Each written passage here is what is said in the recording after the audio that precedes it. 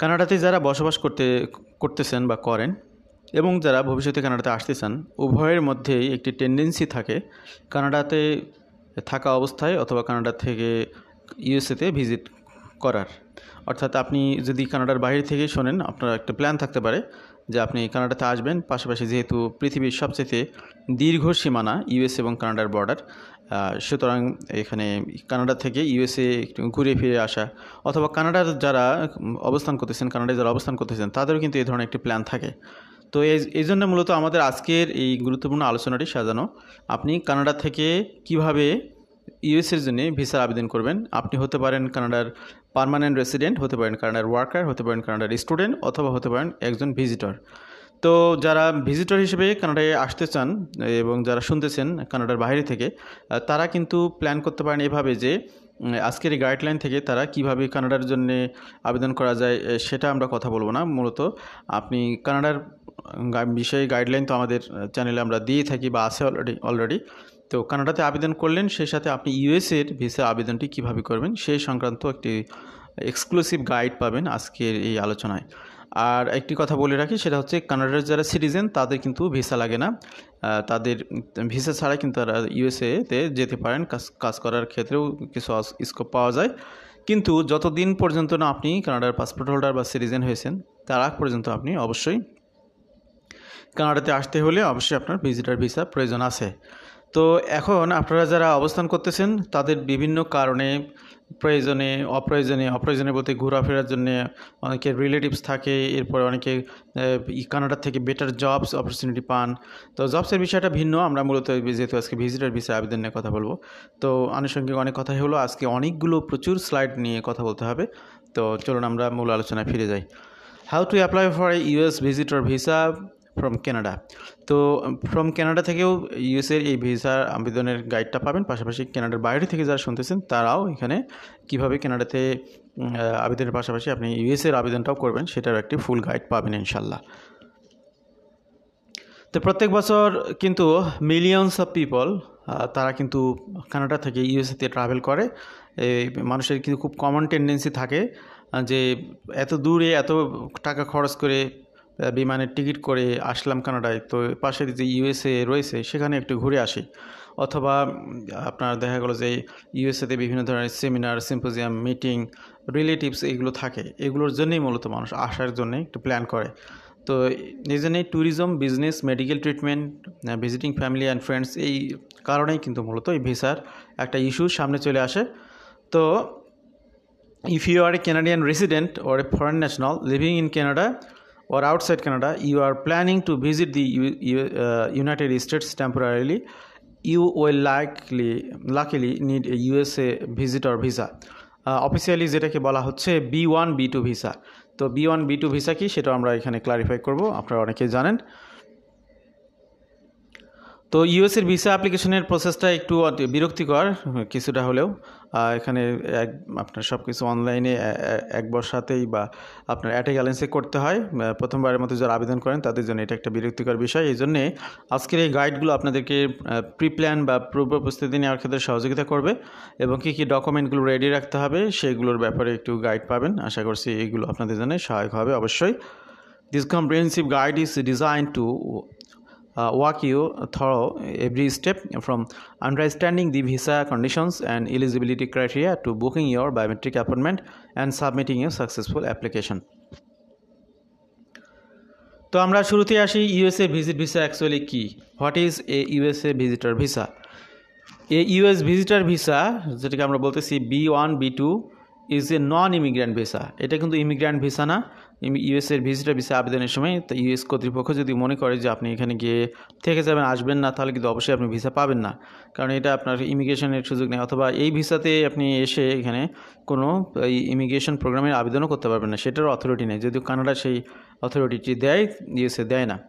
That allows individuals to enter the USA temporarily for বিজনেসের জন্য B1 আর tourism পারপাসে সেটাকে বলা হয় B2 or a combination B1 B2। এভাবে মূলত পাসপোর্টের মধ্যে ভিসার স্টিকারে এই আপনার ভিসার স্ট্যাটাসটি লেখা থাকে। তো এখানে B1 visa for business related activities such as attending meetings, conference or negotiating contracts, এটার জন্য যারা আসতেছেন তাদের জন্য B1 visa. B2 visa for tourism, vacation, visiting family and friends, medical treatment or participation in social events. তো এইসব বিষয়গুলোর জন্য B2 ভিসার এখানে সুযোগ থাকে। B1 B2 ভিসার বিষয়টি আমি এক্সপ্লেন করলাম আপনাদের সামনে। Why do you need a US visitor visa? কী কারণে আপনার US এর ভিজিটর ভিসা লাগবে? Even if you are living in Canada, you will need a US visitor visa unless you are a Canadian citizen. তো citizen হওয়ার পরে কিন্তু কানাডার সিটিজেনদের জন্যে আর এখানে ইউএসের ভিসা আলাদা করে নিতে হবে না, তিনি তার সেই সিটিজেন স্ট্যাটাসের মাধ্যমে ইজিলি এই সুযোগগুলো পাবেন। শুধু কানাডায় না, 187টি কান্ট্রিতে পাবেন সেই সুযোগটি। Permanent resident, student and other foreign nationals in Canada must obtain a US visitor visa before entering United States for short stays. আপনি কানাডাতে আসবেন ভবিষ্যতে অথবা কানাডাতে অলরেডি আছেন, যে কোনো স্ট্যাটাসেই থাকুন না কেন, আপনার এখানে সিটিজেন না হলে আপনি ইউএসএতে যদি ঢুকতে চান তাহলে সবার জন্যই ভিজিটর ভিসা লাগবে। এখন অনেক ভাই বোন যারা শুনতেছেন পৃথিবীর বিভিন্ন প্রান্ত থেকে, তাদের এমনও হতে পারে যে শুরুতে তিনি কানাডার ভিসা করে কানাডাতে চলে আসলেন, আসার পরে তার মনে হলো যে ইউএসের ভিসার জন্য একবার ট্রাই করি, তখন তিনি কানাডাতে বসেই তিনি এখানে ইউএসের ভিজিটর ভিসার জন্য আবেদন করতে পারবেন, কোনো সমস্যা নেই। এই সুযোগটি আপনাদের জন্য রয়েছে। তো এই গাইডগুলো আপনাদেরকে সহযোগিতা করবে কীভাবে সেটি করতে পারবেন step by step. Certain temporary resident do work around to stay in Canada for longer period of time such as foreign national or on a visitor visa in Canada can stay up to 6 months at a time. তো আপনারা জানেন যে কানাডাতে ইউএসএতে উভয় কান্ট্রিতে visitor ভিসায় ঢুকলে কিন্তু 6 মাস পর্যন্ত অ্যাট এ গ্যালেন্স বা অ্যাট এ স্ট্রেসে থাকার সুযোগ থাকে। Some temporary resident with a valid US visitor visa exit Canada by land border, goes to states for more than 24 hours and return back to stay for another 6 months. এখানে আরেকটা চালাকির বিষয় থাকে, কেউ যদি আপনারা যারা শুনতেছেন, বিশেষ করে কানাডার বাইরে থেকে শুনতেছেন বা ভিতরে থাকুন না কেন, ওই যে আপনার একটা কন্ডিশন আছে না, আপনি ভিজিটর ভিসা নিয়ে গেছেন, এরপরে চুপে চাপে আছেন, একটু লুকিয়ে আছেন, অথবা দেখা গেল যে বাস্তবিক অর্থে আপনার সেখানে থাকার প্রয়োজন রয়েছে, আপনার ছেলে মেয়ে থাকে বা তাদের বাসায় আপনি থাকেন, আপনি অন্য ভিসা পান নাই, ভিজিটর ভিসা আছেন, তো 6 মাস পরে তো আপনার লিভ নিতে হবে কানাডাতে। আপনি এখন যদি কানাডা থেকে আপনার কান্ট্রিতে ফেরত আসেন, থার্ড ওয়ার্ল্ড কান্ট্রিতে, বাংলাদেশে, ইন্ডিয়াতে, পাকিস্তানে, তো বিমানে আসা যাওয়ার খরচই তো অনেক টাকা, 5-6 লাখ টাকা খরচ হয়ে যাবে। সেক্ষেত্রে আপনার যদি একটা ভ্যালিড ইউএসএর ভিজিটর ভিসা থাকে, অথবা ধরুন আপনারা যারা কানাডা থেকে শুনতেছেন এই মুহূর্তে আপনার ভিসা নেই ইউএসএর, আপনি নতুন করে এই ইউএসএর ভিসাটার আবেদন করলেন, করে যদি আপনি ভিসা পান, তাহলে কি হলো, আপনি কানাডার ইউএস বর্ডারে গিয়ে ইউএসএতে এন্ট্রি করবেন, জাস্ট 24 ঘন্টার জন্যে ইউএসএতে থাকবেন, থাকার পরে আবার কানাডাতে আসবেন, আবার 6 মাস থাকবেন। এই সুযোগটি কিন্তু রয়েছে। এবং ইউএসএ যদি কেউ থাকেন এভাবে, কানাডার যদি ভিসা থাকে তার, তিনি কিন্তু এইরকম কানাডাতে এসে একটা সার্টেন টাইম পাস করে আবার ইউএসএতে এন্ট্রি করতে পারেন। তবে ইউএসএর বর্ডার সার্ভিস অফিসার যারা, যেটাকে বলা হয় কাস্টম বর্ডার অফিসার, তারা কিন্তু আপনাকে এই বিষয়ে অবশ্যই অনেক প্রশ্ন করবে, সেগুলোর সঠিক সদুত্তর আপনাকে দিতে হবে, স্যাটিসফ্যাক্টরি অ্যান্সার দিতে হবে। ভিসা কন্ডিশনস, ইউএসের ভিসা কন্ডিশনস এগুলো কী কী সেগুলো একটু জানা দরকার। Understanding the conditions of US visitor visa is crucial for smooth application process and successful trip to the United states. These conditions determine the activities you are allowed to undertake during your stay and the limitations of your visa. Length of stay, as a US visitor does not guarantee entry into United States, the Customs and Border Protection Officer, তো এখানে কানাডাতে বলা হয় আপনার কি বলা হয়, border service agency, আর এখানে বলা হচ্ছে custom and border protection officer, যেটাকে বলা হয় সিবিপি।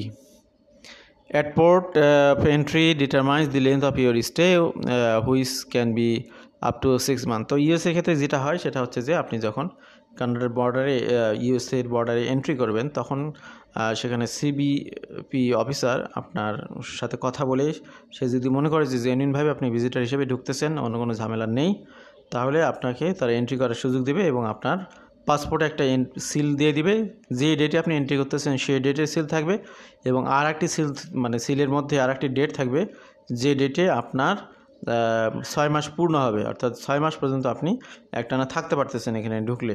তো এই সিলটা আপনারা অনেকে জানেন অলরেডি, যারা পেয়েছেন, আর যারা জানেন না তাদেরকে জানানো হলো। The officer will stamp your passport with duration of stay or issue an I-95 form.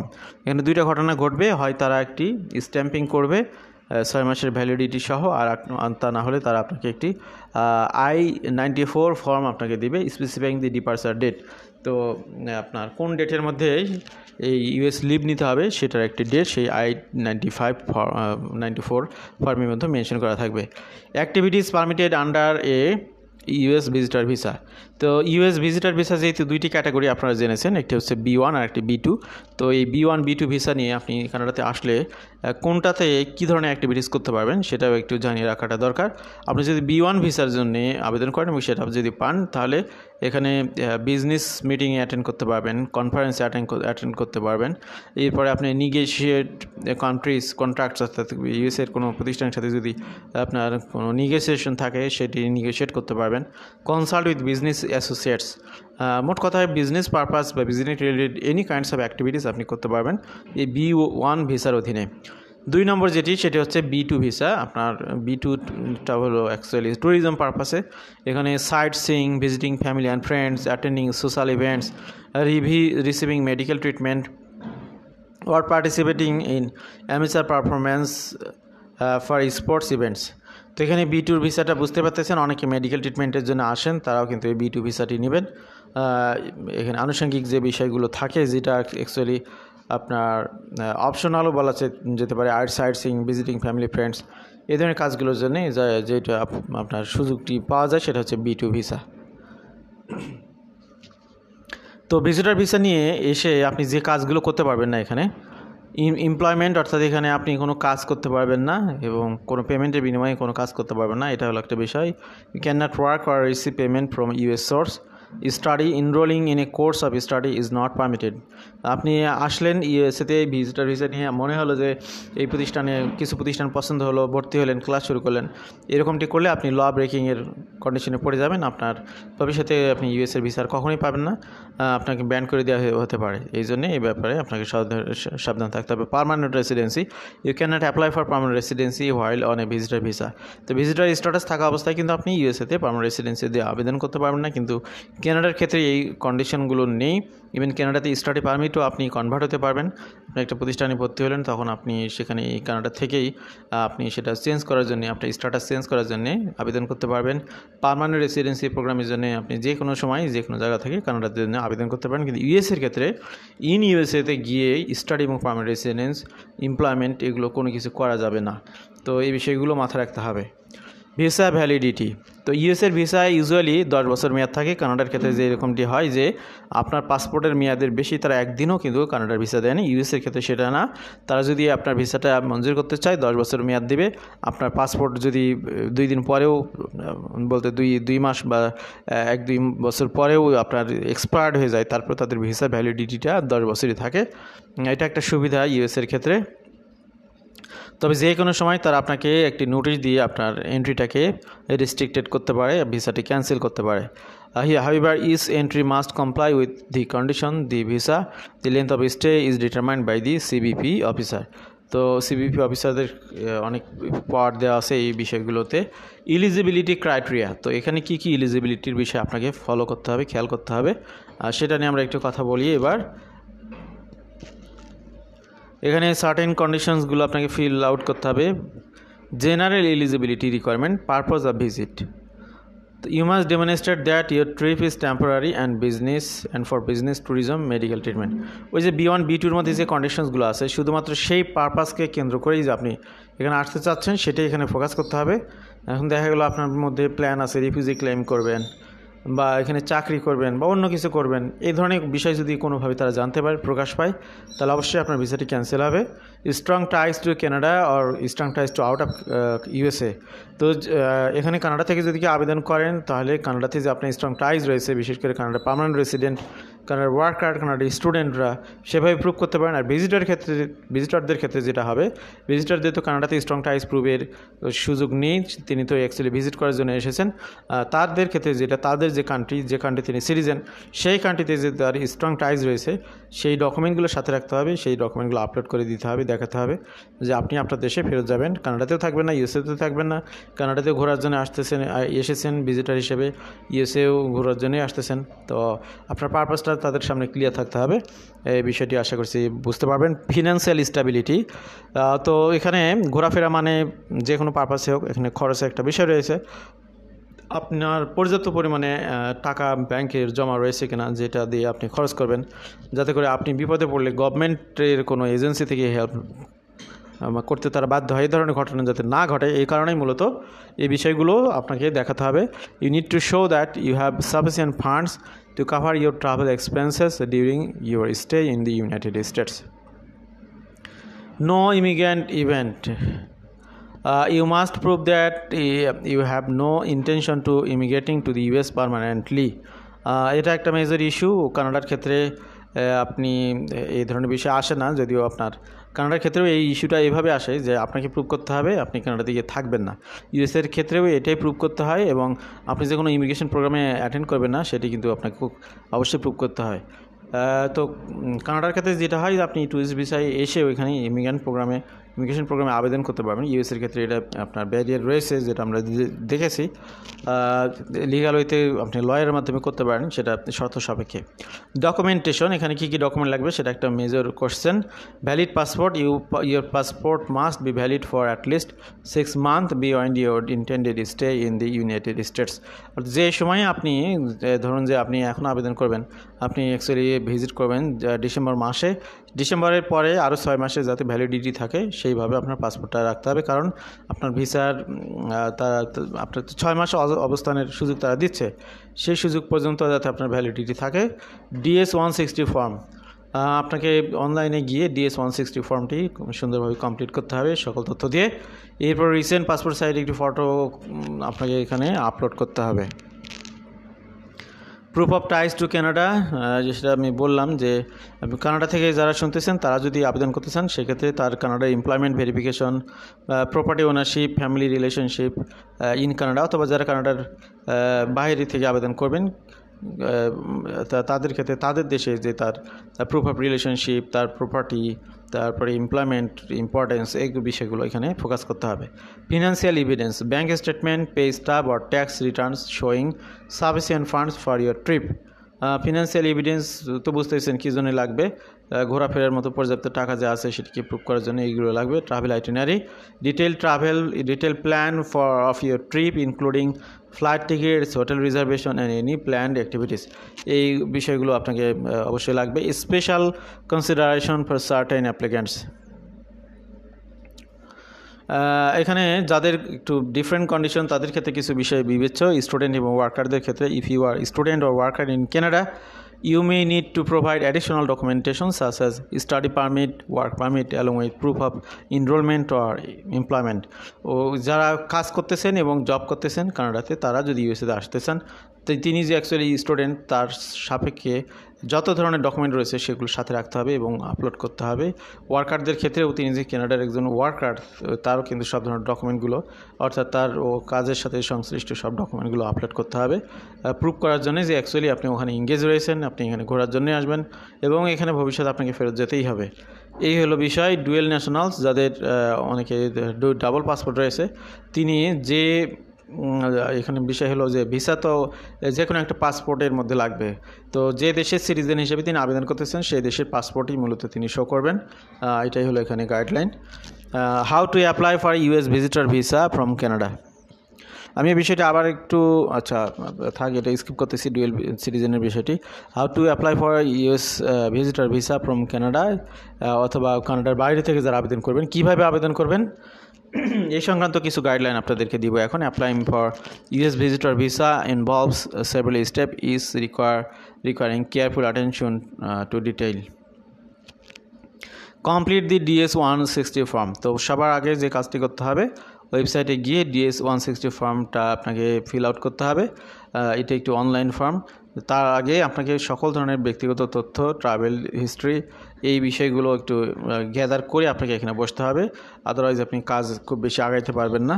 Complete the DS, how to complete the DS 160 form, access the form. এখানে একটু ওয়েবসাইটের ঠিকানা আপনারা দেখতে পাচ্ছেন, visit the US department of state consular electronic application centre CEAC website and select DS 160 online non immigrant visa application. এই ফর্মটি আপনাকে স্টেপ বাই স্টেপ এখানে অবশ্যই নেট লাইন থাকতে হবে রানিং অবস্থায়। কানাডাতে যেমন আপনার অনলাইনে ঢুকে অ্যাকাউন্ট করে ফর্ম ডাউনলোড করে ফিল আউট করে তারপরে পরবর্তীতে আপলোড করতে হয়, তাই এখানে বিষয়টা এরকম না। এখানে সবসময় আপনি অনলাইনে থেকেই কাজগুলো করতে হবে, অফলাইন ভিত্তিক ফর্মের কাজ নেই।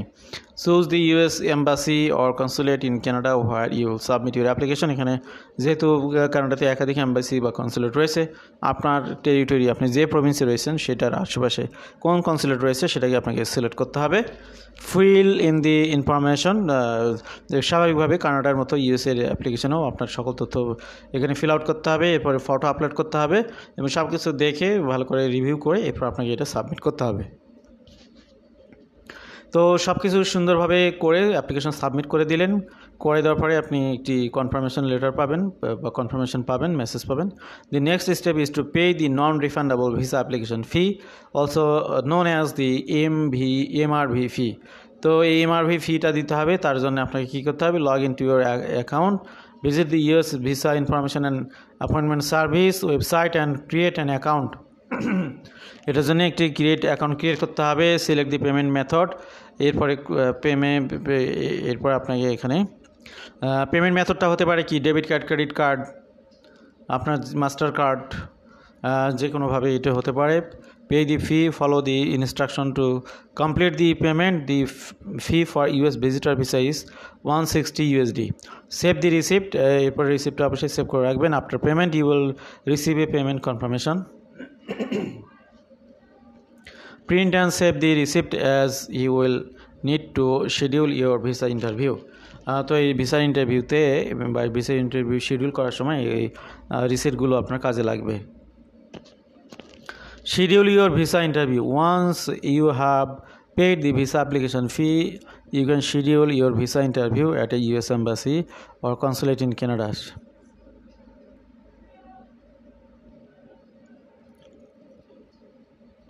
তো আপনার পেমেন্ট করার পরেই তারপরেই আপনি কেবলমাত্র ইন্টারভিউর জন্য শিডিউল নিতে পারবেন, তার আগে না। তো আপনার যে অ্যাকাউন্ট করা আছে অনলাইনে সেখানে আপনাকে লগ ইন করতে হবে, করে আপনাকে ওখানে select appointment type, choose the appropriate visa category B1 B2।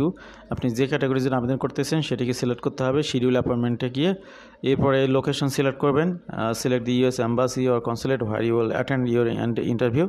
Pick a date and time, আপনি সুবিধা মতো যে কোনো একটি ডেট এবং টাইম, সুবিধা মতো হলেই হবে না, ফাঁকা থাকতে হবে। সেই সাপেক্ষে যে ডেটগুলো অ্যাভেলেবল সেগুলোর মধ্যে আপনার সুবিধাজনক ডেট আপনাকে এখানে চয়েস করতে হবে। Confirm the appointment. After selecting your appointment, you will receive a confirmation page with your interview details. Print this page and bring it with you to the interview. Gather required documents. তো আপনার কি হলো, আপনি online DS 160 form fill out করেছেন, payment করলেন, interview date fixed করলেন। এবার আপনার কাজ হচ্ছে ডকুমেন্ট গ্যাদার করা। ওই যে আপনার DS 160-র মধ্যে যে তথ্যগুলো দিয়েছেন সেই তথ্যগুলোর আলোকে সব ধরনের ডকুমেন্ট আপনাকে রেডি করতে হবে। যেমন আপনার পাসপোর্ট, আপনার NID, এরপরে আপনার ব্যাংক স্টেটমেন্ট, এরপরে আপনি যে ক্যানাডিয়ান আপনি যে অ্যাড্রেস ব্যবহার করেছেন, আপনি যে ইউএসএতে যদি কেউ থাকে তাদের তথ্য ইনফরমেশন, সাথে সাথে তাদের ডকুমেন্ট, তাদের প্রমাণ দিতে হবে যে তারা সেখানে অ্যাকচুয়ালি আছেন। এই তথ্যগুলোকে কালেক্ট করতে হবে, ইনফরমেশন ডকুমেন্টগুলো কালেক্ট করতে হবে।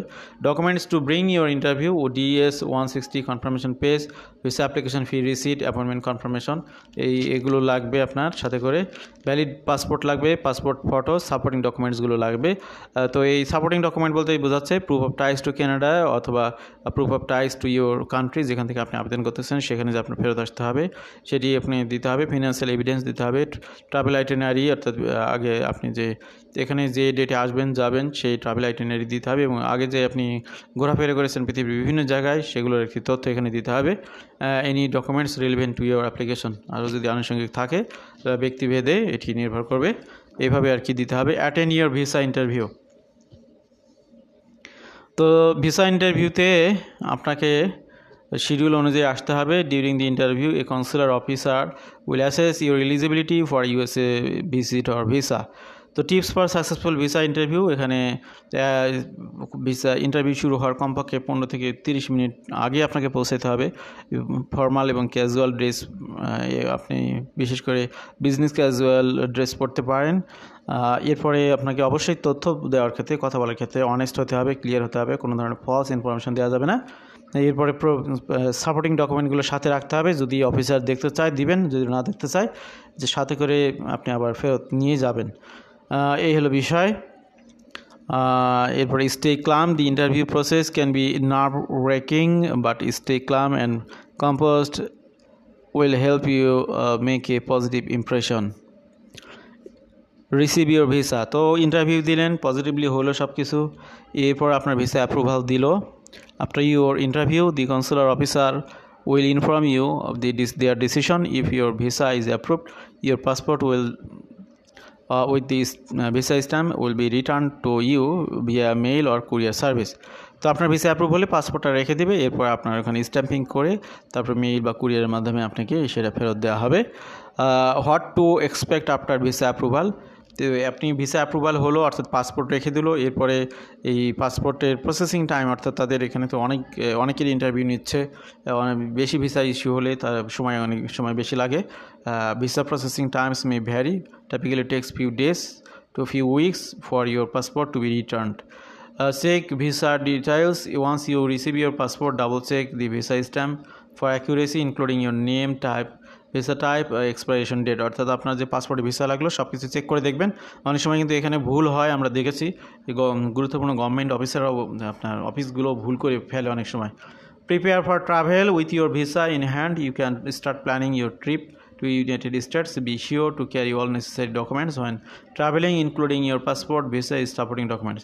তো যে সাপোর্টিং ডকুমেন্টগুলো ইন্টারভিউতে নিয়ে এসেছিলেন যখন ট্রাভেল করবেন তখন এইগুলো সাথে করে রাখবেন।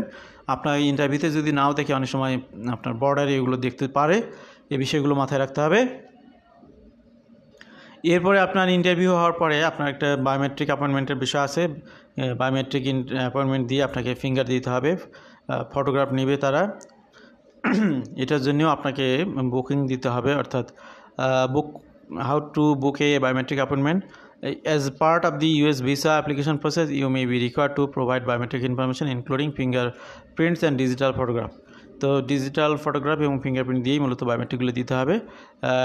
এটার জন্য যেটা করতে হবে, US visa information and appointment সার্ভিসে লগ ইন করতে হবে, এরপরে সিলেক্ট করতে হবে বায়োমেট্রিক অ্যাপয়েন্টমেন্ট, এরপরে যে ডেটে আপনি সুবিধাজনক পাচ্ছেন সেটাকে, সে ডেটটাকে ঠিক করতে হবে, লোকেশনটা আপনার চয়েস মতো করে নেবেন যেখান থেকে আপনি দিতে চান, এরপর আপনাকে বায়োমেট্রিকের জন্য অ্যাপয়েন্টমেন্ট কনফার্মেশন করতে হবে। এইভাবে আপনি এখানে বিষয়টা সহজভাবে করতে পারবেন। অ্যাটেন্ড ইউর বায়োমেট্রিক অ্যাপয়েন্টমেন্ট, যে ডেটে থাকবে সেখানে গিয়ে আপনি মূলত আপনার ফিঙ্গারপ্রিন্ট এবং ফটোগ্রাফ দিয়ে আসতে হবে। এখানে সাথে করে যেগুলো নেবেন, appointment confirmation letter, valid passport, DS 160 যে কনফার্মেশন পেজ সেটা নেবেন সাথে করে। এই হলো বিষয়। তো আমরা আলোচনা অনেক দীর্ঘ হয়ে গেছে, খুব বেশি লেন্দি করবো না।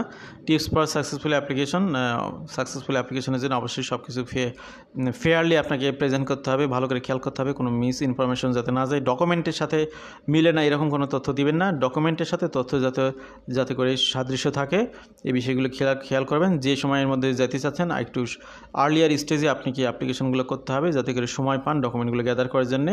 বি থরো অ্যান্ড অ্যাকুরেট, আপনাকে কোনো কিছু লুকানো যাবে না। Demonstrate strong ties to Canada or other countries out of US, অর্থাৎ আপনি যে দেশ থেকে আবেদন করুন না কেন প্রুভ করতে হবে যে আপনার ইউএসএতে আপনি অ্যাকচুয়ালি ঘোরার জন্যই আসবেন, আপনার দেশে ফেরত যাওয়াটাই খুবই জরুরি একটা বিষয়, এবং আপনি যে আপনার দেশে বা কানাডাতে আপনি ভিআইপি পারসন সে বিষয়টি এখানে তুলে ধরার চেষ্টা করতে হবে যাতে করে আপনার ব্যাপারে কোনো সন্দেহ না থাকে। প্রিপেয়ার ফর দি ইন্টারভিউর জন্যই তো আমরা আগে বলেছি যে তথ্যগুলো সঠিকভাবে দিবেন এবং কোনো ধরনের ফলস তথ্য দিবেন না, যাতে করে তাদের ক্রস চেকের ক্ষেত্রে কোনো কিছু ধরা না পড়ে, এবং ডকুমেন্টগুলো সুন্দরভাবে সাজাই গুছাই নিয়ে যাবেন। স্টে ক্লাম অ্যান্ড কনফিডেন্ট, ভয় বা নার্ভাসনেস নিয়ে থাকার কিছু নেই। সঠিক তথ্য দিবেন এবং কনফিডেন্টলি সব অ্যান্সার দিবেন। কোনো বিষয় না পারলে স্কিপ করবেন, যে এই মুহূর্তে মনে পড়তেছে না, কিন্তু হেজিটেশনের মধ্যে পড়বেন না। Follow up if necessary if your visa application is placed under administrative processing or if additional document is required, follow up promptly. তো দেখা গেলো যে আপনি ইন্টারভিউ দিলেন, যে ডকুমেন্টগুলো সাথে করে নিয়ে গেছেন সেগুলো দিয়েও কাজ হচ্ছে না, তারা আরও অ্যাডিশনাল কিছু প্রুফ চাচ্ছে, সেগুলো সময়ের মধ্যে দেওয়ার চেষ্টা করবেন, একটি সার্টেন টাইমের মধ্যে, তাহলে আপনার প্রবলেমগুলো অ্যাভয়েড করতে পারবেন। তো এখানে আরও কয়েকটি স্লাইড রয়েছে, এগুলো আপনারা পড়ে নেবেন। সময় যেহেতু অনেক দীর্ঘ হয়ে গেছে আর সময় আমরা বাড়াতে চাচ্ছি না। আমাদের সাথে এতক্ষণ ছিলেন যারা, সবাইকে ধন্যবাদ জানাচ্ছি। ভালো থাকবেন সবাই। আল্লাহ হাফিজ। আসসালামু আলাইকুম।